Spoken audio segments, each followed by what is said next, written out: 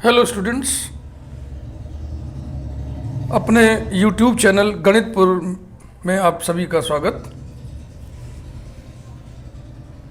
मेरा मिशन है तेरा तुझको अर्पण। मैं Yogendra Bahadur Singh from KNI PSS Sultanpur. इस मिशन के तहत मैं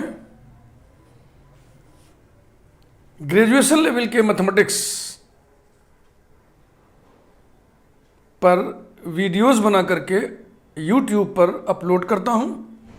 मेरे चैनल का नाम है गणितपुर। तेरा तुझको अर्पण माने जो मेरे पास है वो स्टूडेंट्स के हवाले।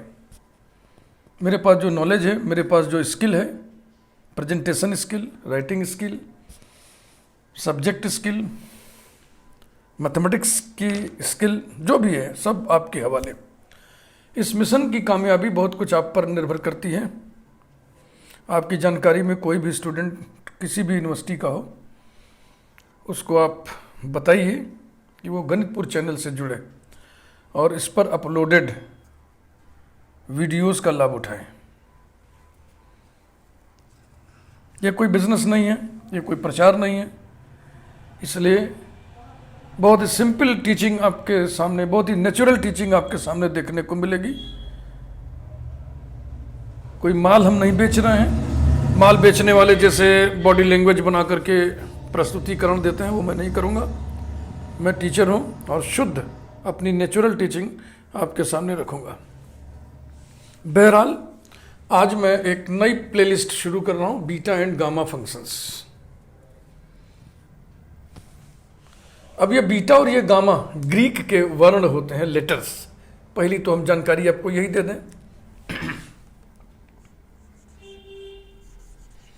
ये कैपिटल बीटा है, ये स्मॉल बीटा है। ग्रीक वर्ण, ग्रीक लेटर्स होते हैं ना, ग्रीक वर्णमाला के ये दो अक्षर हैं। ये कैपिटल बीटा है, ये स्मॉल बीटा है। ध्यान से मेरी बात सुन लीजिएगा। ग्रीक के बहुत से लेटर्स रोमन लेटर्स हैं जो इंग्लिश में होते हैं ABCD। तो रोमन का जो कैपिटल बी होता है वो ग्रीक का कैपिटल बी है, यहीं से ले लिया गया है। इसी प्रकार से गामा, एक ऐसे गामा लिखते हैं, एक ऐसे गामा लिखते हैं। ये कैपिटल गामा है, ये स्मॉल गामा है। रोमन लेटर्स में न इसको लिया गया है न इसको लिया गया है।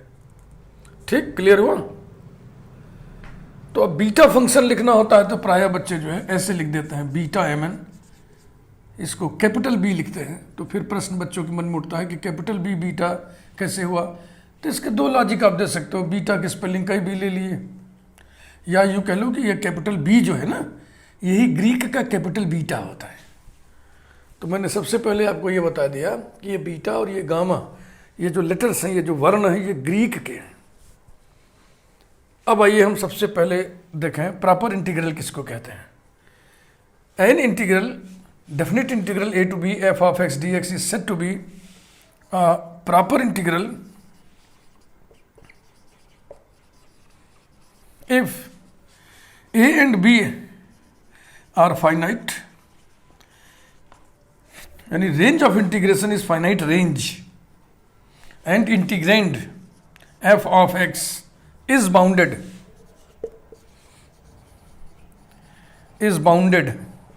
in closed interval AB. Closed interval AB is the range of integration.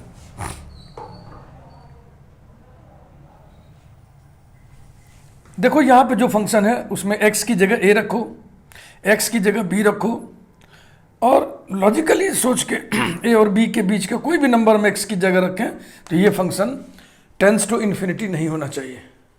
अगर टेंस टू इन्फिनिटी हो जाएगा तो हम कह देंगे ये अनबाउंडेड है, और अगर ऐसा नहीं है तो हम कहेंगे बाउंडेड है। और वैसे तो बाउंडेड फंक्शन क्या है? f of x is said to be bounded in this closed interval AB if there exists a positive number k such that mod f of x less than or equal to k for all x belonging to this interval. तो ये रहा proper integral. Improper integral,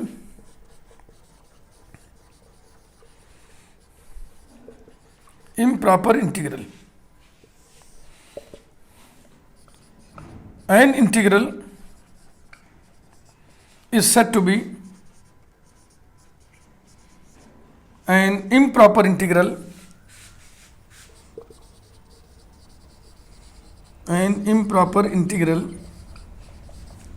if it is not a proper integral. ठीक, बहुत सीधा सीधा है, बात को लेयर रखते चलिए समझ के। किसी definite integral a b f x d x को हम प्रॉपर इंटीग्रल तब कहेंगे जब ए और बी दोनों फाइनाइट नंबर्स हों और f of x closed interval a b में बाउंडेड हो। बाउंडेड का मतलब समझा दिया ना आपको। अगर x इक्वल टू ए रखने से f of x tends to infinity हो जाए, या x इक्वल टू बी रखने से f of x tends to infinity हो जाए, या a और b के बीच का कोई नंबर x की जगह रखने से f of x tends to infinity हो जाए, तो हम कहेंगे f of x is unbounded. और जब ऐसा ना हो तो हम कहेंगे वो बाउंडेड है। इम्प्रॉपर इंटीग्रल उस डेफिनेट इंटीग्रल को कहते हैं जो प्रॉपर ना हो। तो प्रॉपर होने में क्या क्या है, ये और ये फाइनाइट होना चाहिए।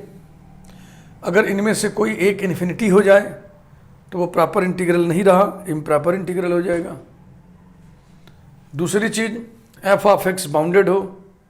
अगर एफ ऑफ एक्स अनबाउंडेड हो जाए ए बी में तो ये प्रॉपर नहीं रहा, इम्प्रॉपर हो गया। तो दो तरीके के अवगुण इसमें शामिल हो जाए तो इसको प्रॉपर को इम्प्रॉपर बना देते हैं। पहला अवगुण है कि ए और बी फाइनाइट ना हो, कोई एक इन्फिनिटी या दोनों इन्फिनिटी हो जाए। दूसरा अवगुण ये अनबाउंडेड हो जाए, ठीक है ना। दोनों अवगुण एक साथ आ जाएं तब भी वो इम्प्रॉपर इंटीग्रल हुआ।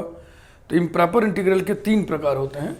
हालांकि आपको ये सब हम नहीं पढ़ाएंगे, ये सब आप बीएससी थर्ड ईयर में पढ़ेंगे इम्प्रॉपर इंटीग्रल प्ले लिस्ट में। यहाँ सिर्फ एक आइडिया आपको हम दे रहे हैं, क्योंकि जो बीटा गामा फंक्शन है वो दो के दोनों इम्प्रॉपर इंटीग्रल्स हैं। तो अब हम कहेंगे कि ये दोनों इम्प्रॉपर इंटीग्रल है, तो इम्प्रॉपर इंटीग्रल की आपको जानकारी होनी चाहिए, नहीं तो मन में कचोट उठेगा कि ये इम्प्रॉपर इंटीग्रल क्या होता है। तो ये हो गया प्रॉपर इंटीग्रल, ये हो गया इम्प्रॉपर इंटीग्रल। इसके बाद हम पढ़ेंगे convergence of an integral, definite integral.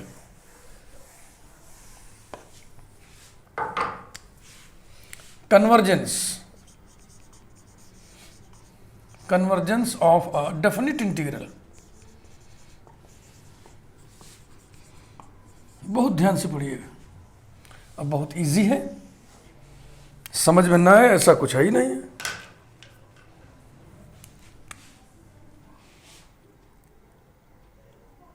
A definite integral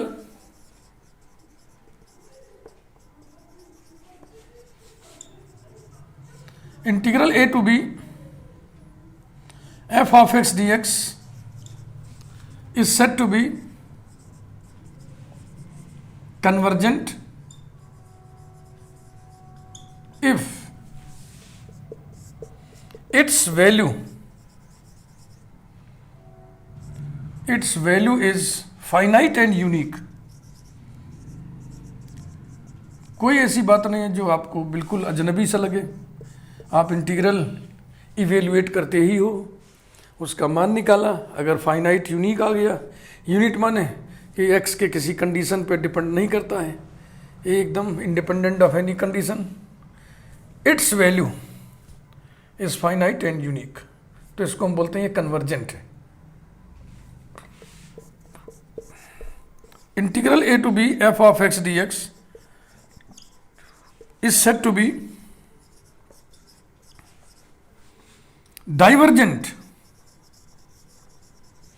if its value is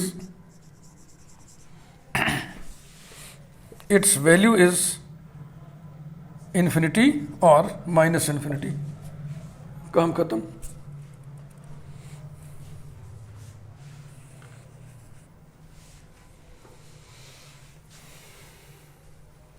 note number 1, a proper integral is always convergent. is always convergent. Number 2, an improper integral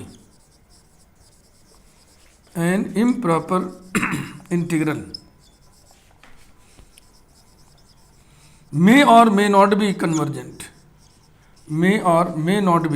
convergent. बस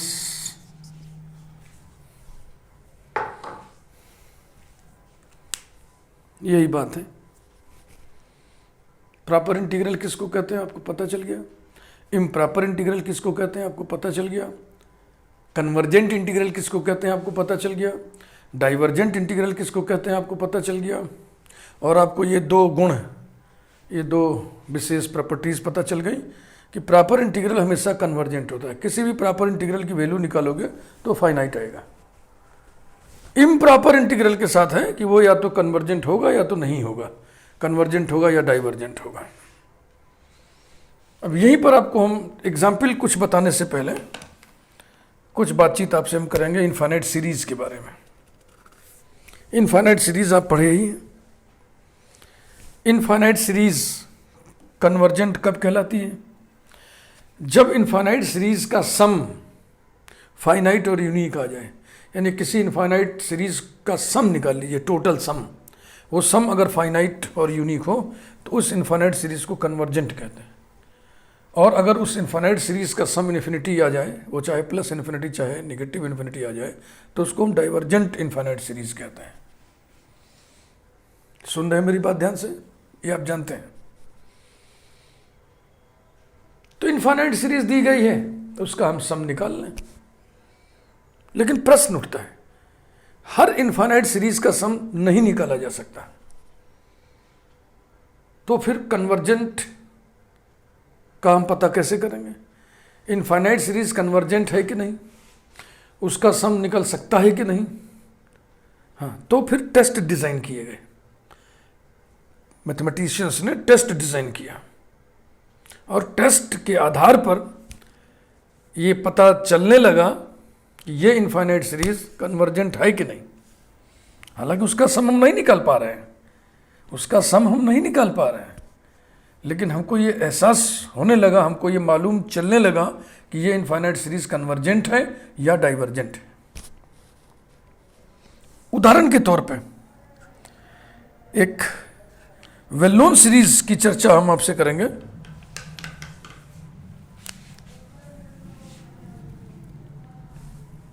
one plus x upon factorial 1 plus x square upon factorial 2, या x की जगह हम 1 ले रहे हैं,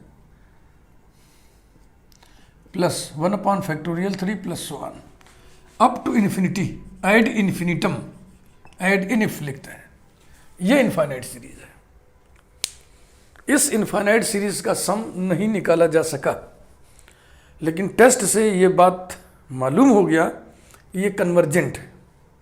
convergent है का मतलब इसका सम निकलेगा। नहीं निकल पाया वो अलग की बात है, लेकिन ये पता चल गया कि ये कन्वर्जेंट है।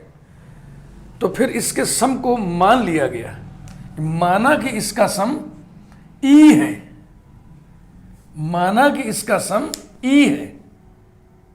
So this convergent series is denoted by E. This convergent series is denoted by E means हमने ये मान लिया कि इस कन्वर्जेंट सीरीज का सम E होगा। और E के बारे में अभी तक सिर्फ यही पता चल सका है, डेफिनेटली ये पता चल सका है कि 2 is less than E is less than 3। E की जो वैल्यू है, यानी इस सीरीज का जो सम है, हाँ आप कहते हो ना E की वैल्यू, तो E की वैल्यू नहीं, इस सीरीज का सम 2 और 3 के बीच में आएगा। कितना एग्जैक्टली आएगा अभी तक पता नहीं चल पाया है। सुन लिए मेरी बात को? यही कॉन्सेप्ट यहां भी इंटीग्रेशन की दुनिया में है। किसी भी इंटीग्रल की हम वैल्यू निकाल लें, अगर वैल्यू फाइनाइट आ जाए और यूनिक भी हो, फाइनाइट आ जाए, तो हम कह देंगे ये कन्वर्जेंट है। प्रश्न यहां पे उठता है, क्या सभी इंटीग्रल्स को हम इवेल्युएट कर सकते हैं? क्या सभी इंटीग्रल्स का मान हम निकाल सकते हैं? तो उत्तर मिलेगा नहीं, सारे इंटीग्रल्स का मान हम नहीं निकाल सकते। जैसे कि integral 1 to infinity sine x square d x, इसकी वैल्यू निकालिए आप, इसकी वैल्यू आप नहीं निकाल सकते। तो फिर यहां भी डिजाइन किया गया, टेस्ट डिजाइन किया गया, टेस्ट डिजाइन किया गया। देखो प्रॉपर इंटीग्रल हमेशा कन्वर्जेंट होगा, उसकी तो कोई बात ही नहीं है। जो समस्या है इम्प्रॉपर इंटीग्रल के साथ है कि कन्वर्जेंट होगा कि डाइवर्जेंट होगा, तो सारे इम्प्रॉपर इंटीग्रल की हम वैल्यू नहीं निकाल सकते। ये इम्प्रॉपर इंटीग्रल है ना, देखो 1 to इन्फिनिटी है। तो इसके लिए टेस्ट डिजाइन किए गए। उस टेस्ट से हमने बहुत से इंटीग्रेशन के बारे में जान लिया, बिना उसकी वैल्यू निकाले जान लिया कि वो कन्वर्जेंट है कि नहीं है। जैसे कि यही इंटीग्रल है, ये कन्वर्जेंट है, माने इसकी फाइनाइट वैल्यू होगी, नहीं निकाल पा रहे हैं अलग की बात है, लेकिन इसकी फाइनाइट वैल्यू होगी। तो ये पूरा मैकेनिज्म आपको हम समझा रहे हैं, और आप, मैं समझ रहा हूँ, समझ भी रहे होंगे। तो आइए अपनी बातचीत को हम आगे बढ़ाएं। कुछ एग्जाम्पल्स आपको दें हम, प्रॉपर इंटीग्रल, इम्प्रॉपर इंटीग्रल, आपके सामने कुछ examples.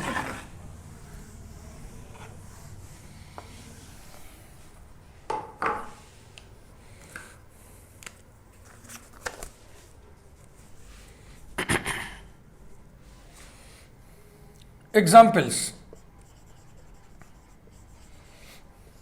Number 1, integral 0 to π/2 sine x d x, ठीक है ना। इसकी वैल्यू निकालिए, इसकी वैल्यू कितनी आएगी, इसकी वैल्यू 1 आएगी। और ये इंटीग्रल है कैसा, ये प्रॉपर इंटीग्रल है, ये प्रॉपर इंटीग्रल है। क्यों प्रॉपर इंटीग्रल है, क्योंकि a और b दोनों फाइनाइट है, और x की जगह 0 रखने से ये साइन 0 बराबर 0 हो जाएगा, इन्फिनिटी तो नहीं हुआ। π/2 रखने से साइन π/2 1, इन्फिनिटी तो नहीं हुआ। 0 से π/2 के बीच में कोई भी एंगल रखिए, यहाँ पे साइन की कोई वैल्यू आएगी, फाइनाइट वैल्यू ही आएगी। यानी कि इस रेंज में sine x tends to infinity नहीं हो रहा है, इसका मतलब ये अनबाउंडेड नहीं है, बाउंडेड है। तो limits are finite and function is bounded in the region of integration, therefore it is proper integral, it is always convergent. Value भी देखो इसका फाइनाइट यूनिक आ गया। Number 2, integral 0 to π/2 log sin x dx, ये intermediate का बहुत ही मशहूर definite integral है। इसकी वैल्यू स्टैंडर्ड वैल्यू होती है, ये आपको याद होना चाहिए। इसकी वैल्यू होती है -π/2 log 2 या π/2 log 1/2। अब जरा देखिए, 0 रखिएगा यहाँ पे तो साइन 0 0 होता है, और log 0 -इन्फिनिटी होता है। यानी कि ये जो फंक्शन है -इन्फिनिटी को टेंड कर रहा है। इसका मतलब 0 से π/2 में ये फंक्शन क्या है, अनबाउंडेड है। तो function is unbounded while limits are finite, तो ये हुआ इम्प्रॉपर इंटीग्रल, ये हो गया इम्प्रॉपर इंटीग्रल। इम्प्रॉपर इंटीग्रल, ये प्रॉपर इंटीग्रल है इसलिए कन्वर्जेंट होगा, वैल्यू निकाले ना निकाले। ये इम्प्रॉपर इंटीग्रल है और इसकी वैल्यू फाइनाइट एंड यूनिक है, इसलिए ये कैसा निकला, ये कन्वर्जेंट है।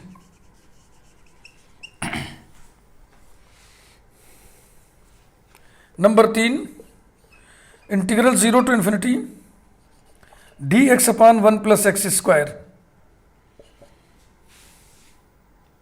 ये इम्प्रॉपर इंटीग्रल है क्योंकि लिमिट इन्फिनिटी है।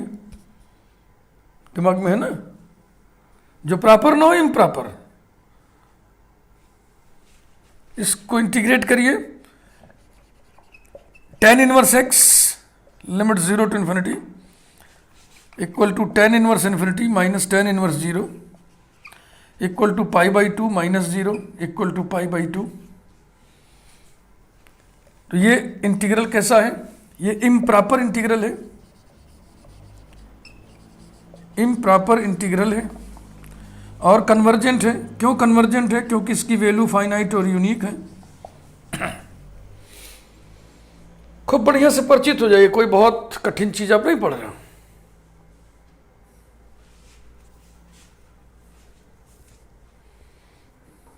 और एग्जाम्पल देखिए, बढ़िया बढ़िया छाट के मैं एग्जाम्पल आपको बता रहा हूँ, बुक से छाटा हो ताकि सारे एस्पेक्ट आपके सामने आ जाए। Number 4, integral 1 to infinity dx upon x square minus 1 equal to 1/2a, ये a स्क्वायर है, log x minus 1/x plus 1, यही इसका इंटीग्रल होता है। लिमिट लीजिए 1 to infinity equals to 1/2 bracket में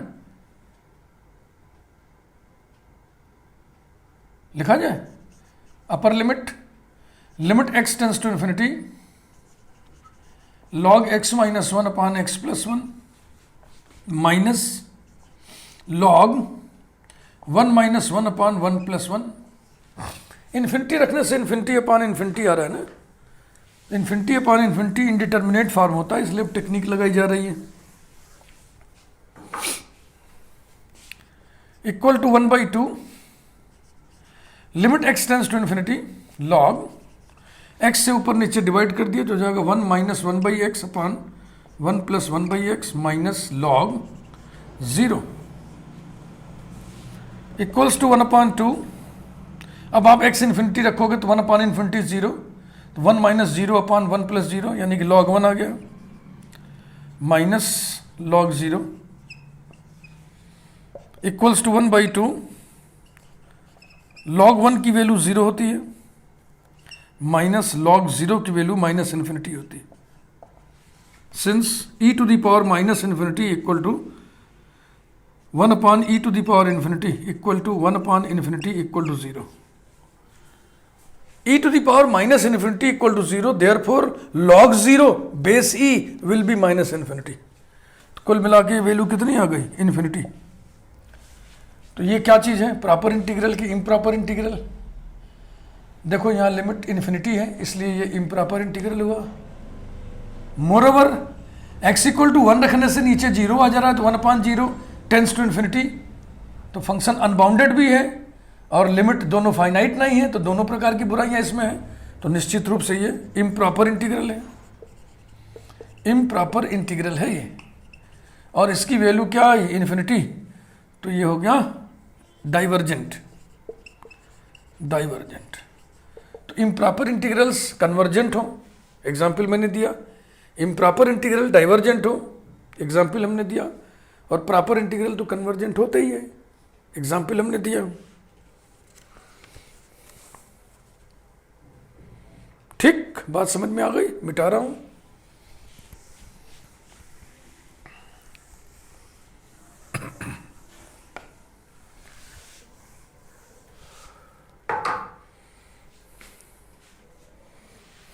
नोट कुछ अलग से, integral 1 to infinity sine x square d x, integral 0 to infinity sine square x upon x square d x. ये दो ऐसे इंटीग्रल, हम चाहें तो बहुत सारे इंटीग्रल आपके सामने रखना, लेकिन सिर्फ दो हल्के हल्के इंटीग्रल मैंने रखे हैं। इनकी वैल्यू आप नहीं निकाल सकते, आप नहीं निकाल सकते, इनकी वैल्यूज आप नहीं निकाल सकते। तो जो वैल्यूज निकाल नहीं सकते तो आप कैसे जानेंगे कि ये कन्वर्जेंट है कि डाइवर्जेंट है।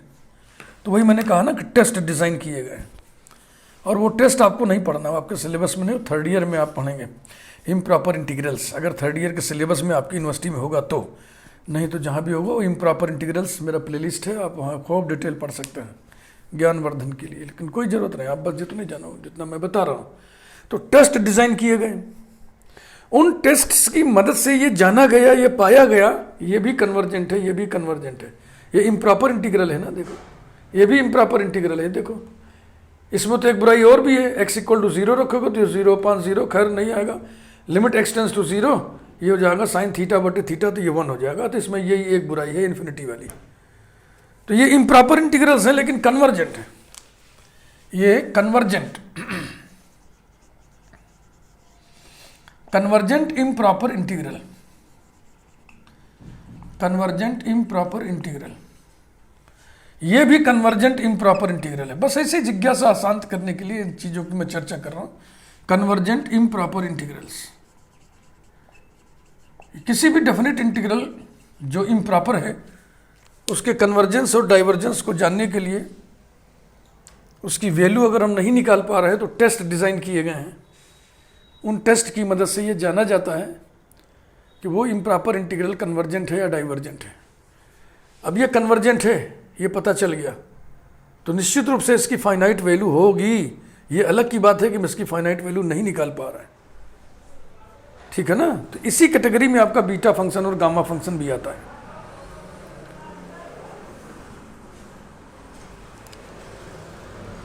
फोर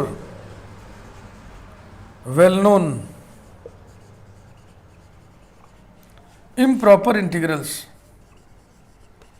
इम्प्रॉपर इंटीग्रल्स, यहां पे हम उसकी चर्चा कर रहे हैं। ये वेल नोन है, ये नेम्ड इंटीग्रल्स हैं।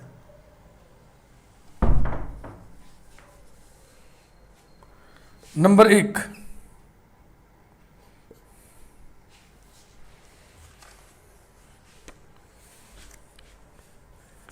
डिरिचले इंटीग्रल, DIRICHLET, टा का उच्चारण नहीं होना है। डिरिचलेज integral,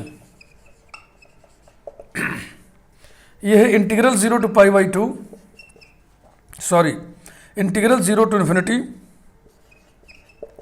sin x upon x dx, एक कन्वर्जेंट इंटीग्रल है। इसकी वैल्यू भी निकल आती है, लेकिन इसकी वैल्यू आप नहीं निकाल पाओगे। आप अगर BSc फर्स्ट ईयर के स्टूडेंट हो तो आप नहीं निकाल पाओगे, लेकिन इसकी वैल्यू निकल जाती है, इसकी वैल्यू निकल जाती है कुछ टेक्निक्स है। और इसकी वैल्यू आती है π/2, जो कि फाइनाइट एंड यूनिक है। तो ये हो गया कन्वर्जेंट, ये कन्वर्जेंट इम्प्रॉपर इंटीग्रल है, इन्फिनिटी लिमिट है ना, ये कन्वर्जेंट इम्प्रॉपर इंटीग्रल है।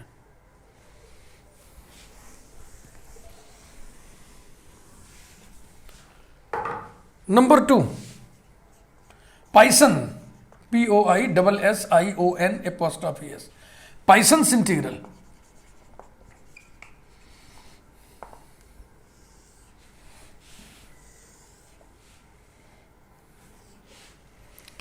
इंटीग्रल 0 to इन्फिनिटी e to the power -x² dx,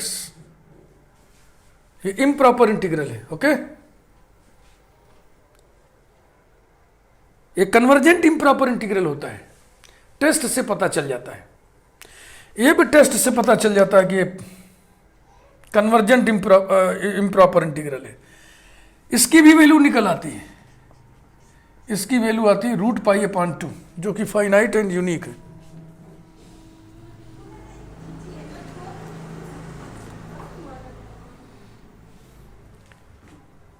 ये दो ऐसे वेल नोन इंटीग्रल्स हमने आपके सामने रख दिए जिनकी वैल्यू निकल आती है, और वो कन्वर्जेंट इम्प्रॉपर इंटीग्रल्स हैं।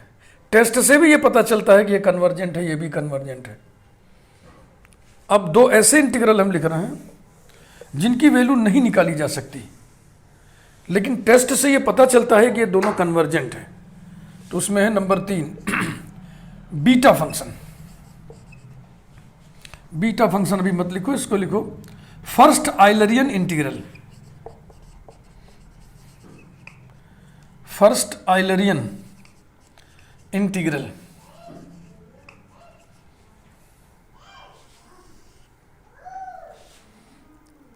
Integral 0 to 1 x to the power m-1 into 1 - x whole to the power n-1 dx, where m is positive, n is positive। ये कन्वर्जेंट होता है। टेस्ट से ये पता चल गया कि ये कन्वर्जेंट इंटीग्रल है। टेस्ट से ये पता चल गया कि ये कन्वर्जेंट इंटीग्रल है m greater than 0 n greater than 0 के लिए, लेकिन इसकी वैल्यू नहीं निकाली जा सकी। तो इसकी वैल्यू को हमने जो है डिनोट कर दिया। It is denoted by, it is denoted by capital B लिखिए, ब्रैकेट में m, n, ये it is denoted by this. Number 4, second Eulerian integral. Second Eulerian, 2 minute, second Eulerian integral.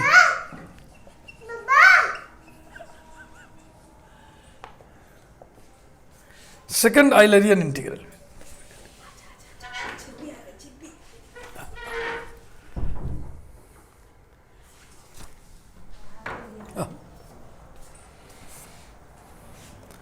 Integral 0 to infinity e to the power minus x to the power n minus 1 dx n greater than 0।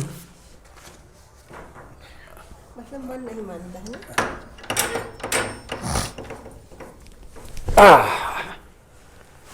ये भी test से पता चला कि ये convergent integral है,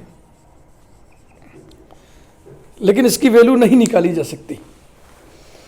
नमस्ते कर दो सबको, नमस्ते कर दो, नमस्ते करो, नमस्ते बोलो, हाय किसको दे दो सबको। हाँ बस, अब चलो पढ़ा दें।